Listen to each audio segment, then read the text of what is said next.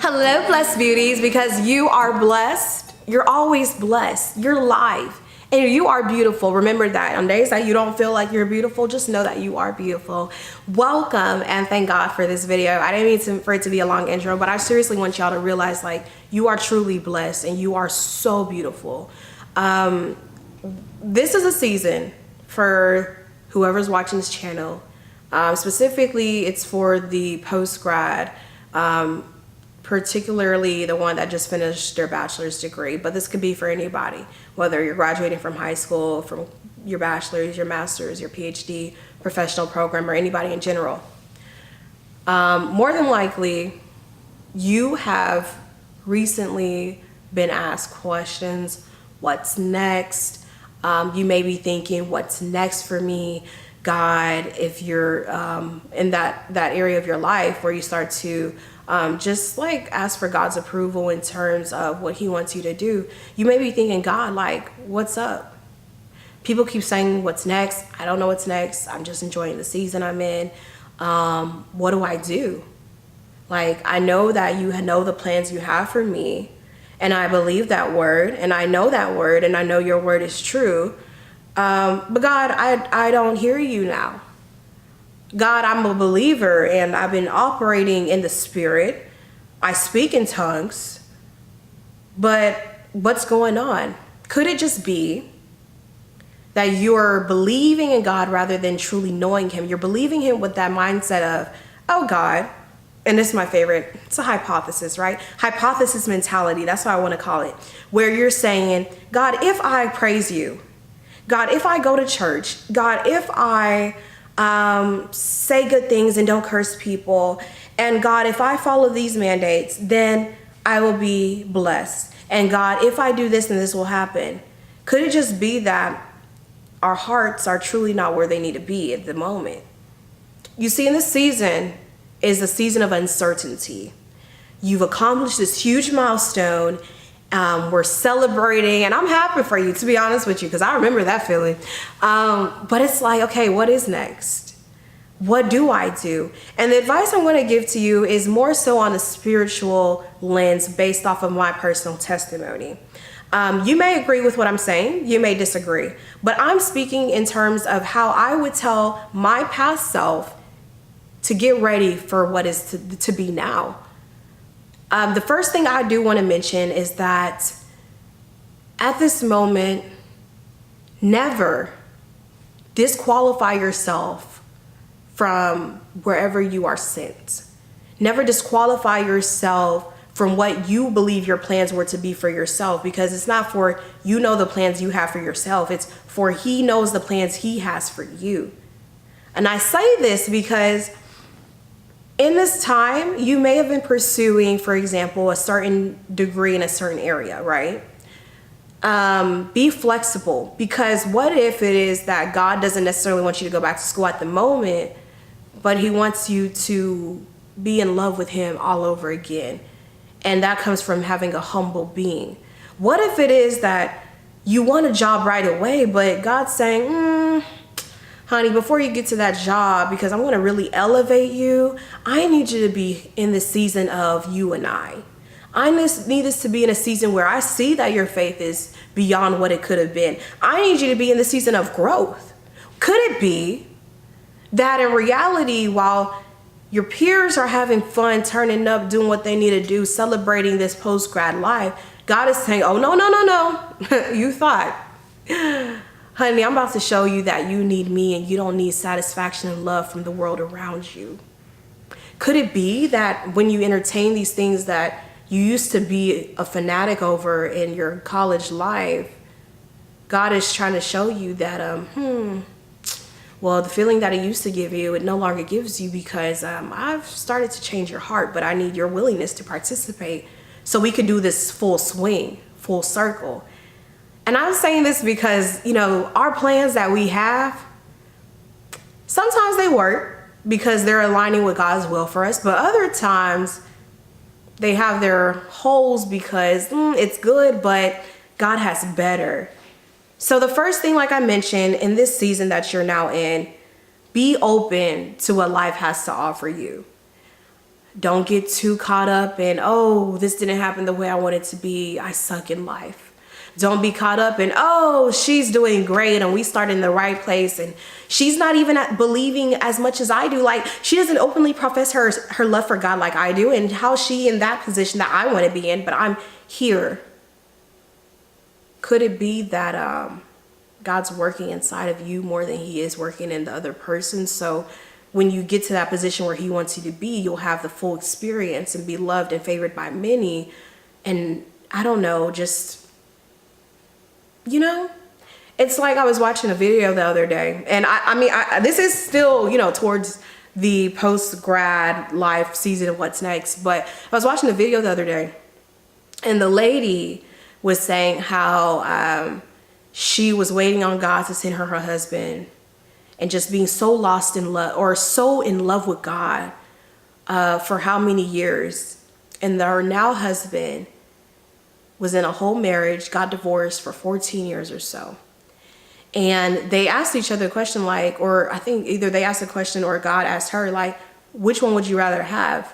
To be in your singleness for X amount of time and have this wonderful marriage that I've ordained for you, or that God's ordained for you, or be in 14 years of bondage, 14 years of goodness, my hair's about to bald and I haven't reached that age for it to even happen, because you wanted to follow your own desires, your own impulsiveness, and eventually you're getting to the place where I want you to be. And she had to say, nah, like, honestly, I would have my singleness over all of that, because I wouldn't want to be in that scenario where my emotions and my mental state and my physical well-being is getting deteriorated because of somebody else. So be open to what life has to offer. I didn't mean for it to get that way, but hey, that's really what I'm saying. Second, dismantle any thoughts of comparison or my favorite fear. In this season, right?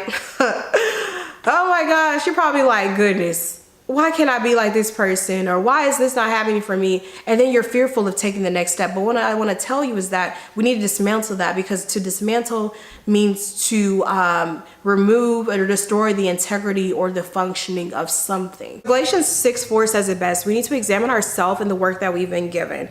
There might be things that we've overlooked or we never really knew was instilled in us. So why don't we ask the Holy Spirit, like, God, guide me and help me know what you want to just nourish this season. Let me know what you want to plant and help blossom over time. Regarding fear, okay, a lot of times we are fearful for things that are unknown, or we're feared or in fear because, oh, people might say this, or, oh, if I do this, then my reputation will go this way, or if I do this, then people will see. We're so concerned about other people, but why would we want praise from other people when praise from God matters the most? Think of it this way. The world hated Jesus, right? And if we really are Christians and we really are pursuing Christ, then the world hates us, so what's really good? You see what I'm saying?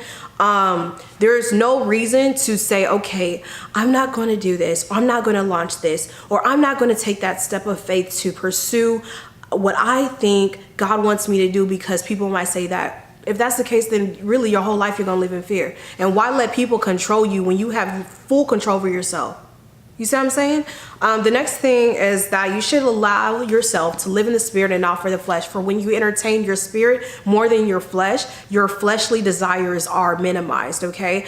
In this season, right, if you're just wanting to pursue righteousness and wanting to develop yourself spiritually, allow your spirit to overflow. So that means, for example, having the routine of listening to music that might be edifying to your ears. Does that mean to listen to it 24/7? No, to be practical. I mean, eventually you're going to get to that space where you just want to listen to worship music, because there are certain things that we listen to, but you have to be careful, because you never know what seeds are being sown when you listen to certain things. Another thing, there might be places or things that you used to do. There might be thoughts. All sin starts with thoughts. So allow the spirit to overflow. If you find yourself thinking, oh my goodness, I can't stand this person, blah, blah, blah. That's not really spirit led. So allow God to soften your heart to start having compassion among other people. And that kind of leads me to my next point, which is to grow daily. In this season, you probably are not bound to anything per se, but let's say you have to go to work or you have to have certain things that need to be done, just create room for growth, because at the end of the day, the only person that really cares about you is God. You know what I mean? God cares about you more than you care about yourself. And that's the truth. Like, invest in yourself, try to grow every day. If that means that there's goals that you have, try to meet them. If that means you getting out of a shell that you've been in and you're like, I want to be more readily available to impact people, or I want to be more social, then start working towards that. If people say they want to be a giver and they can't give, well, what do you do in order to be a giver? You give, just break that cycle. Another thing I'll say is to detox yourself from your environment. This is really huge. Goodness, because the thing is, when we're on social media, for example, and I'm saying this because this is a entity that a lot of us entertain. When we're on social media, we may see certain things, and that could either be toxic for us, it could stunt our growth, it could bring us back to how we used to be, it could remind us of things that we want to be free from, or we are free from, but because we see an image, we're just like, oh my God, I want to entertain this sin. But that's when you allow your spirit to overcome your flesh. When you are on social media, it opens doors for comparison. It opens doors for, I'm not good enough. What am I really doing? This person is traveling, this person's in school, and I'm here. You see what I'm saying? Stop being too focused on what other people are doing, and literally use this season for post-grad life to invest in yourself and grow spiritually. Another thing is to not grow. Oh my gosh, this is my favorite one. This is actually, or was actually on my cap. Do not grow weary or lose faith in yourself, especially not losing faith in God. Okay. And this, to be honest, is a challenge because we're so, let's say we've been taught throughout the years that this has to happen at a certain time. But what I've begun to learn is that honestly, when we're talking about, okay, by this age, this needs to happen, or this time this should happen, this age I should get married, this time I should be finished with school, we're really operating on what the world has told us. Ask about where the origin is coming from. Did God ever tell you that you need to be married at 25? Did God ever tell you that, okay, success is contingent upon how old you are? He never did. God is still doing things in people's life for as long as they live. God is literally changing the trajectory for people's path at 55 years old, at 92 years old. So you can't tell me that we're supposed, not you, okay, but the world can't tell us where we're supposed to be at a certain time. Yes, it may be nice, but God's plans conquers all. Think of it this way too. If you ever catch yourself being weary in this season, remember God's promises. Stay engaged in his word. Hold on to that truth. There's a bigger picture at large, okay? If you ever get weary, remember that it's because you're operating on your timing in your head, that what makes sense on the physical as opposed to what God says in the spiritual. So never limit yourself and your timing to God's timing, because when you do that, you put yourself in a stronghold. When you do that, you disqualify yourself before you even get in that position. So I tell you right now, you need to get in position. If that means, I'm sorry to be all like this, but seriously, get in position. Tell yourself, okay, if that means you writing down things, these are habits that I have, these are things I need to change, this is where I would want to be at this age, start praying about it, start debunking the myths, and start allowing God to show you what aligns in his will. Okay. Next, I'll say celebrate small victories. Okay. We think they're small. God says they're big. Celebrate things. If that means you just got a job or a callback, celebrate it. If that means, oh, you did not stumble, or you were in, let's say, for example, you practice a certain conviction or sin that God has told you, okay, we need to simmer that down, because if in order for me to pour into you, we need to take some things out. Okay, so let's say that, for example, you've been practicing this and it's day 5 and you haven't done whatever that case may be. Celebrate that. Celebrate, even if that means giving yourself a nice pat on the back. Next, I will say, get connected. Get connected in a small group at church. For me, at least, this is something that I've always prayed for. I said, God, when I come back, I want to be connected. I want to be in fellowship with people that are on fire for you, God. I want something deeper. I want something true. I want what you want me to have in terms of my community. Literally, it took time, but I'll say that I've gotten there. And there's still more at large, but I'll say get connected. If that means you going to different churches and seeing what fits you. If that means you just praying, God, help me be led to a small group where I can grow. Do that. Get connected with people. Don't stay in solitary confinement, because when you do that, it's going to damage yourself and your own health and growth. And next is also trust God and his plans for you. I kind of believe it ties in with the do not grow weary, because in due time, you will reap the harvest. But trust God. Trust God. Trust God. Because the world will tell us, look, at this time, this was supposed to happen. At this time, you were supposed to do this. Oh, well, God, I don't know, because I asked you in 5 days, I need you to send confirmation if that's where I need to go, or if this person is my husband, but you're not coming through. So God, I'm not going to trust. Do you see how ignorant that sounds? So trust God. For by the testing of your faith produces character, perseverance, and perseverance, hope. Trust God and hold on to his word. And the last thing I want to say is do not give up. Do not give up. When you mess up, pick yourself up again. If you feel like, okay, God, I've done this and I've done that, or this has happened and that's happened, and God, I just don't know if I can keep going, read his word and get up again. Because for as long as you're alive and as long as you're breathing, you matter and you have a purpose. So all in all, I do want to say congratulations for your accomplishment, but this is a new season, okay? And you have to go in with the right mentality. You can either go about your day and just diddle-daddly do and chill, or you can walk with intent and purpose and put on that armor of God wherever you may be on your spiritual walk, or wherever you would desire to be in terms of your spiritual walk, and start moving. Start moving. We're here to move and shake, and we don't have time for the devil to put some limits on us. In terms of fear, hey, it can happen instantly where you become fearless, or it may take time. But there's blessing in that waiting period. So never, ever, ever discredit your waiting period, because it's going to have a greater testimony. So thank you guys for watching, and I'll see you next time. Bye.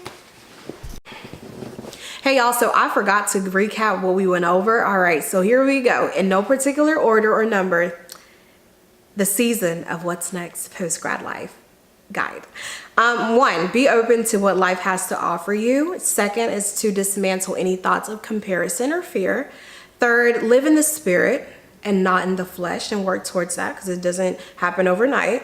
Next is to challenge yourself to grow every day, because we need to grow. There's no room for stagnation.